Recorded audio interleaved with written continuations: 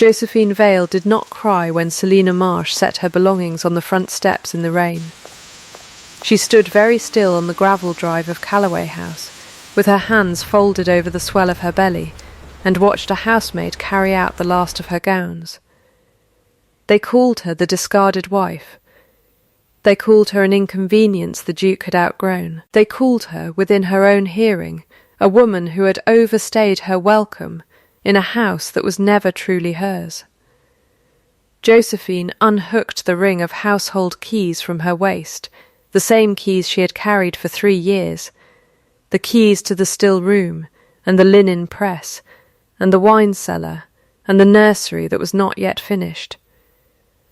And she set them down on the top step, one by one, so they would not clatter. Selina Marsh watched from the doorway in a gown too fine for a companion, and too familiar for a stranger, arms crossed, chin lifted. Not a mistress dismissed, not a woman ashamed, a woman who believed she had already won. The staff lined the hall behind her and said nothing, because saying nothing was safer than saying the truth. Josephine picked up the single bag she had been permitted to keep and turned toward the gate, 7 months gone with child, in the rain, with no coach called for her, and no coin pressed into her hand. She had been the one who kept this house running for 3 years. She had been the one who caught the miscounted grain sacks and balanced the tenant rolls when no one else troubled to check the sums. None of it mattered now. A carriage came up the drive at that moment, mud splashed, its horses blown, and a man stepped down still in his greatcoat, 3 years older than when he had left for the war, and went completely still at the sight of her walking away from his own front door in the rain. He took 1 step forward. Selina Marsh reached him first, her hand already on his sleeve, already talking, already shaping the story before he could ask a single question. He did not call out. Josephine did not turn around. Lindenshire, England, the spring of 1812. If a story like hers has already found its way into your chest, subscribe to the channel, so you can walk the rest of the road with her. She had married Gideon Thorne, Duke of Callaway, 11 months before that morning on the drive, in a small ceremony arranged by her late father's solicitor and the Duke's own man of business. A marriage built on land and debt and convenience rather than affection. Gideon had been kind in the distant way of a man already grieving something else. His younger brother, Edward, had died beside him at Ciudad Rodrigo, and Gideon had come home from that campaign the first time changed, quieter, a man who counted his words the way other men counted coin. He had gone back to his regiment 4 months after the wedding, called up again when Josephine was already carrying his child, and he had written to her twice a month, in a hand she came to know as well as her own. She had learned the house in his absence. She had learned the ledgers first, because the ledgers did not lie to her the way people sometimes did, and within 2 months she had found the first thread worth pulling. The tenant rents from the eastern farms did not match the sums entered in the estate book. Small at first, a few pounds here, a rounding there. She said nothing to the steward, a heavy-set, soft-spoken man named Aldous Fenn, who had managed the Callaway accounts for 11 years, and who watched her go over his figures with an attention he did not care for. She said nothing to Selina Marsh either, a woman who had arrived at Callaway House the same month Gideon left for Spain, introduced as a distant cousin of his mother's, installed in the East Wing with a companion's wages and a duchess's wardrobe. Josephine noticed. She was good at noticing. It was, in fact, the only power she had ever been permitted to keep. The audience already knows what the house refused to see, that the numbers were being bled a little every quarter, that the cousin was no cousin at all, that the letters Gideon wrote home were being read before they reached her hands, and sometimes did not reach them at all. Josephine did not know any of that yet. She only knew that something in the house did not add up, and she had learned, long before Callaway, that a thing which does not add up is usually a thing someone wants hidden. She began to keep her own book, a small one, plain bound, kept in the drawer beneath her Bible, where she copied out entries she thought worth remembering. She told herself it was simple carefulness. It was, in fact, the first act of a woman preparing, without knowing it yet, to save herself. The first real test of her came in October, when the eastern farms flooded and the tenant families lost half a season's grain. Fen wanted to write the loss off the books as spoilage and be done with it. Josephine walked the fields herself, in boots too big for her, and found the drainage ditches had been left unmended for a full year. She did not argue with Fen in front of the tenants. She waited until the study door was closed. "Grain does not spoil in a well-drained field," she said. "It spoils where water has nowhere to go." Fen told her the ditches were a matter for the spring.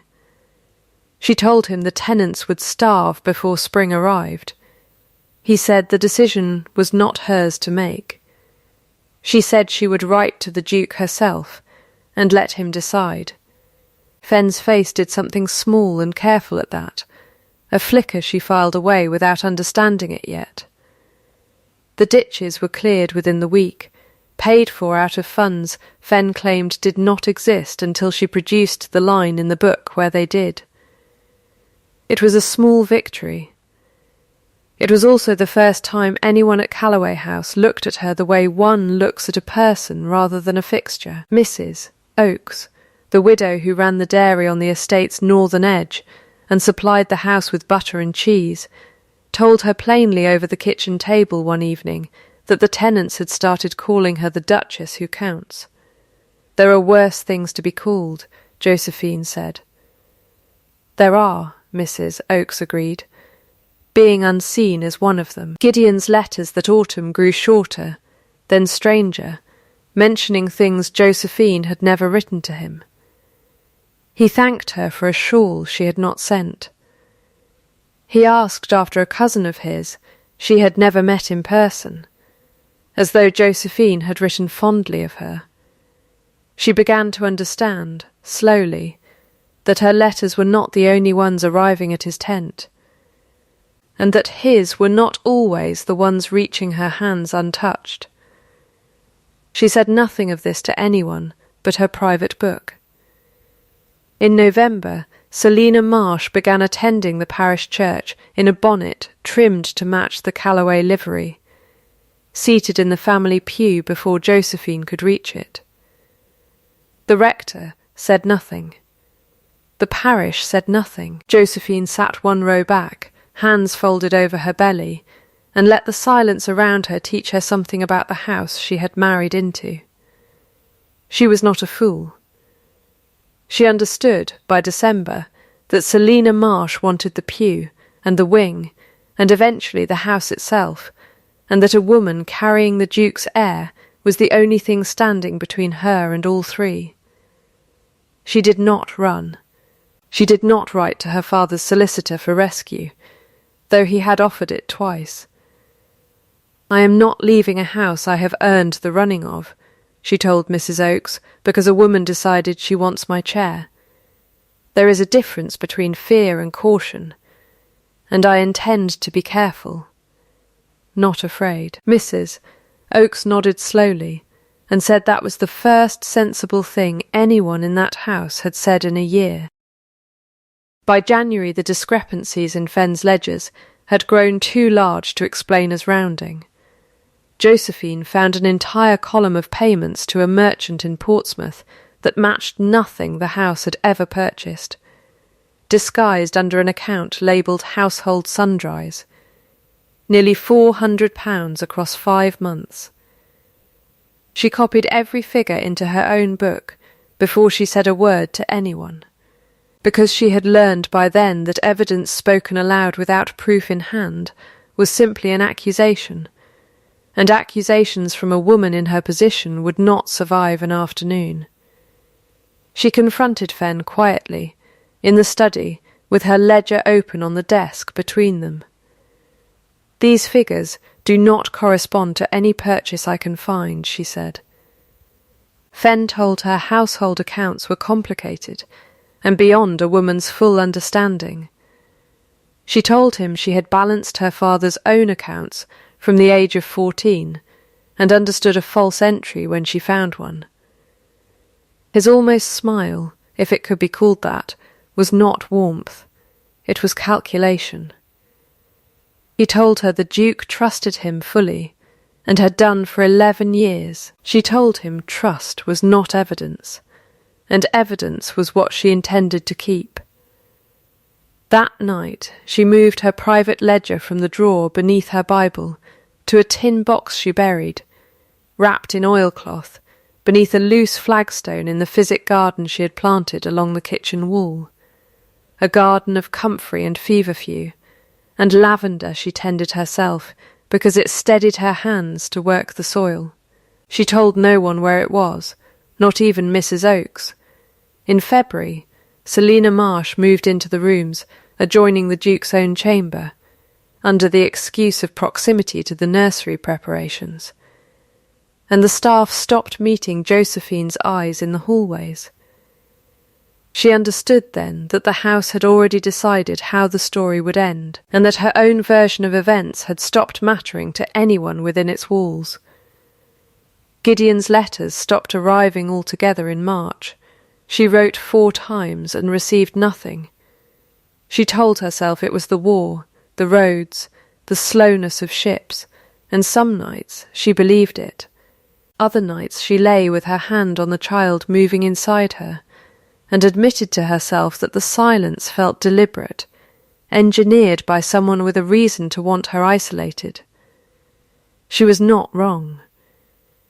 Fenn had begun forging a hand very like the Duke's own on a single sheet of paper he kept locked in his desk, practising the loops of a signature that was not his to make, at Selina Marsh's quiet, patient instruction.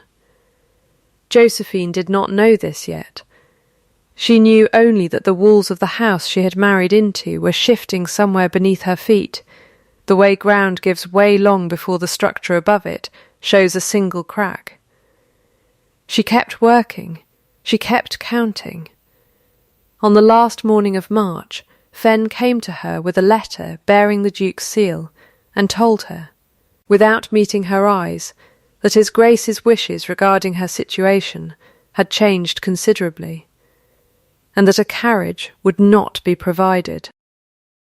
The letter Fenn placed in her hands that morning was 3 pages, written in a hand close enough to Gideon's that she did not doubt it at first glance. It accused her, in language colder than anything Gideon had ever used with her, of infidelity with a stableman named Collier, of embezzling household funds to fund secret correspondence, and it ordered her removed from Callaway House before his return. Josephine read it twice, standing in the cold hallway. She did not weep. She felt something colder than grief settle into her chest, a suspicion sharp enough to cut through the shock. Gideon Thorne did not write like this. His letters, even distant ones, carried a particular economy, a habit of naming things plainly rather than dressing accusation in flourish. This letter used words he never used. It accused her of a crime, embezzlement, using the very account book she herself had been correcting for 6 months, and it named a man, Collier, whom she had spoken to perhaps 4 times in her life, always in the stable yard, always about the condition of the carriage horses. She said none of this aloud to Fenn. She folded the letter and asked him plainly whether he had written it himself. He told her the accusation was insulting and beneath discussion. "That is not a denial," she said. He told her the carriage would not be provided, and that was the end of the matter. She went to her room, wrapped what she could carry in a single bag, and knelt at the loose flagstone in the physic garden long enough to confirm the tin box remained where she had left it, though she dared not dig it free with Fenn's man watching from the kitchen window.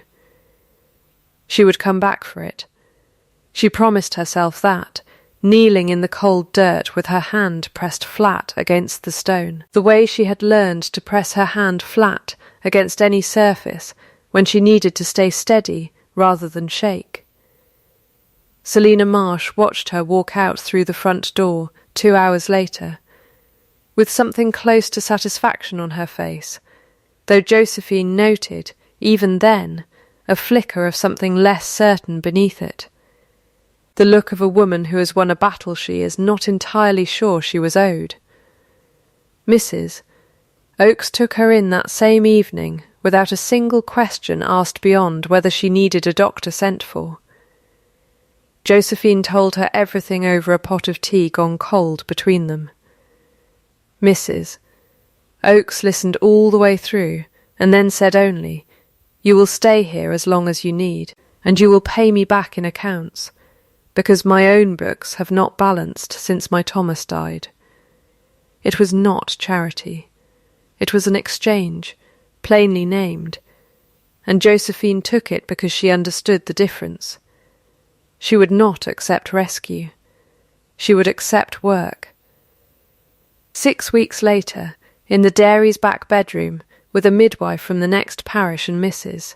Oakes gripping her hand through every hour of it, Josephine Vale gave birth not to one child but to four sons, born within the space of a single difficult night, small and early and furious in their crying, and the midwife said she had delivered many children in 30 years, but never 4 from one woman at once, and she wrote the date and the hour of each birth into her own record book. With a steadiness Josephine would remember for the rest of her life. The 3 years that followed were built out of small repeated acts, because that was the only kind of building available to a woman with 4 infant sons and no name she was willing to use. She did not call herself Duchess of Callaway in Hollow Fen. She called herself Mrs. Vale, and let the parish believe what it liked about a widow with a great many children and very little money. She kept Mrs. Oakes's dairy accounts, and then the miller's, and then 3 more households besides, because word travels quickly in a small parish about a woman who can find a missing shilling in a column of figures faster than any man with a university education. She tended her physic garden, cut down to a smaller plot behind the dairy now, and sold remedies for coughs and fevers to families who could not afford the apothecary in Aldermore. Her sons grew loud and quick and identical enough in their infancy that even Mrs. Oakes sometimes muddled their names, though Josephine never did. Not once. Not even exhausted at 3 in the morning, with 2 of them crying at once. She named them for no one grand. She gave them plain names, sturdy names, the kind a boy could grow into without a title attached. She did not write to Gideon Thorne. She told herself this was pride, and some nights admitted it was closer to fear that a second letter in that same false hand would arrive and finish what the first one started. She refused every offer of help that came with strings attached. A cousin of her late father's offered to take her in if she would give up 2 of the boys to be raised by relations who could afford them properly. She refused within the same breath he finished asking. "I did not survive that house to hand my sons to strangers for convenience," she told him, and shut the door before he could answer. Word reached her, second-hand and slow, the way news always reached Hollow Fen, that the Duke of Callaway had returned from Spain that same spring she gave birth, decorated, changed and colder than before, and that Selina Marsh remained installed at Callaway House, in a position no one in the county could quite name aloud. Josephine heard, too, that the Duke had asked after his wife exactly once, been told she had left of her own will months before his return, taking nothing, wanting nothing further to do with the marriage, and had not asked again. She heard this, and sat very still at Mrs. Oakes's kitchen table for a long moment, her hands flat against the wood. "He believed it," she said finally. Mrs. Oakes said nothing, because there was nothing kind to say. Josephine dug up the tin box from beneath the Callaway kitchen wall herself, on a night with no moon, 6 months after she left, wrapped in a borrowed cloak, and carried her ledger home to Hollow Fen, where she added to it steadily, quietly, for 3 years, waiting for a moment she could not yet name, but somehow trusted would come. She did not know it yet, but Gideon Thorne, alone in his study most nights, had begun keeping his own private accounting of a different kind, a slow count of every year he had lost, and every question he had failed to ask. Gideon Thorne had not been the man who wrote that letter, and some buried part of him had suspected as much from the first morning he heard the story of his wife's departure, though he had been too grief-blunted and too willing to believe the worst of a marriage he barely understood to press the suspicion further.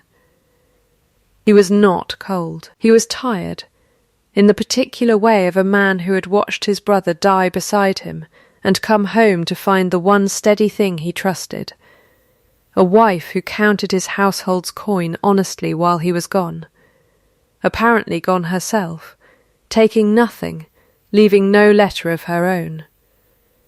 Selina Marsh managed his grief the way she managed everything, with efficient, patient attention, and he mistook her competence for comfort for the better part of 2 years. It was Fenn's own carelessness that began to unravel it, not Gideon's vigilance. In the second winter after Josephine's departure, an auditor hired to review the estate's mounting debts found the Portsmouth account Josephine had once flagged, and asked Fenn directly what £400 of household sundries had purchased. Fenn's answer was too smooth, too rehearsed, and Gideon, sitting in on the meeting out of idle habit rather than suspicion, noticed the smoothness the way a man notices weather before the clouds arrive. He said nothing that day. He began instead to read back through his wife's letters, the ones that had reached him in Spain, and set them beside the accusation letter Fenn had shown him upon his return, the one that named a stableman and a sum of missing money. He was not a man of letters by nature, but he had spent enough of his life reading ledgers and dispatches to know a false hand when it sat beside a true one long enough. The accusation letter's downstrokes leaned differently than his own. The ink was a shade too blue for the ink he kept in his study. He sat with both letters until past midnight, and admitted to himself, plainly and without flourish, the way he admitted everything, that he had not written the letter that ended his marriage. He confronted Fenn the following morning. Fenn denied everything, then contradicted himself twice within the same conversation, then finally, when Gideon threatened to send for the county magistrate, admitted that Selina Marsh had dictated the letter's substance, and that he had merely copied the hand as instructed, because she held knowledge of an old debt of his own that could see him transported. Gideon did not raise his voice. He asked one question: "Where is my wife?" Fenn did not know. No one at Callaway House knew, because no one had ever thought to ask in 3 years. Gideon Thorne stood at his study window that evening and understood, with the particular clarity that arrives too late to feel like relief, that he had let a woman carrying his child walk out into the rain on the word of people who had every reason to lie to him, and that he had not troubled himself in 3 years to learn where she had gone. He began searching that same week. He was not gentle about it. Selina Marsh, sensing the ground shifting beneath her at last, moved first, and moved cruelly, filing a formal challenge in the county court, disputing the legitimacy of any children Josephine Vale might claim were his, on the strength of the very adultery accusation Fenn had forged, timed for a hearing before the assizes could be delayed. She had learned, from 3 years managing his house, exactly how the law preferred its paper evidence, and she intended to make sure the paper spoke first. Josephine learned of the legitimacy challenge from a solicitor's letter that reached Hollow Fen on a wet Tuesday in her 4th spring away from Callaway House, informing her that a hearing had been set at the Aldermore Assizes to determine, among other matters, whether the children born to her constituted lawful heirs to the Callaway dukedom. Given accusations of infidelity entered into record by an interested party.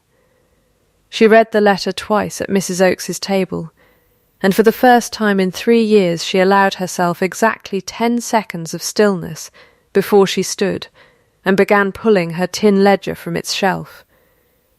"They mean to call my sons bastards to keep the house for themselves," she said. Mrs. Oakes asked what she intended to do about it. "I intend to go to Aldermore," Josephine said, "and bring every piece of paper I have kept for 3 years, and I intend to bring my sons." Mrs. Oakes did not argue. The market town of Aldermore had not forgotten her either, not entirely. On the morning, she walked into the assize hall, with her 4 sons beside her, 3 years old now. Sturdy and loud and uncannily alike in the set of their jaws, Lady Vernel, the county's sharpest tongue, rose from the gallery to remark, loudly enough to carry, that it was remarkable how a woman with no name to speak of had managed to produce 4 sons at once and expect a court to believe a duke had fathered the lot. Josephine did not raise her voice either. She turned, met the woman's eyes across the room, and said that she had not come to be believed on her word alone. She had come with 3 years of household accounts, a midwife's signed record naming the hour of each birth, and copies of estate ledgers proving a forgery that predated her son's birth by several months. And she would be glad to let the court decide which of those carried more weight than a remark from the gallery. The room went very quiet. Gideon Thorne, seated at the front of the hall, turned his head at the sound of her voice for the first time in 3 years, and went completely still, the same stillness she remembered from the drive in the rain, except this time he did not let Selina Marsh reach him first. He stood. He crossed the hall in front of the entire assize, in front of Lady Vernel and the magistrates and the clerks with their scratching pens, and he stopped in front of his own wife and his own 4 sons, and he said her name, her given name, not once used aloud between them in the whole of their marriage until that moment, and asked her to forgive him for not looking harder, sooner, at all. Josephine did not answer him yet. There would be time for that. First, she said, there is a matter of forgery to settle, and set her tin ledger down on the clerk's table with both hands steady. The hearing that followed ran the length of a full day, and Josephine Vale gave nearly all of it in a voice that did not shake once. She presented her private ledger first, page by page, showing the Portsmouth account Fenn had disguised as household sundries, cross-referenced against her own careful copies made months before her expulsion, the ink faded now but the figures unmistakable.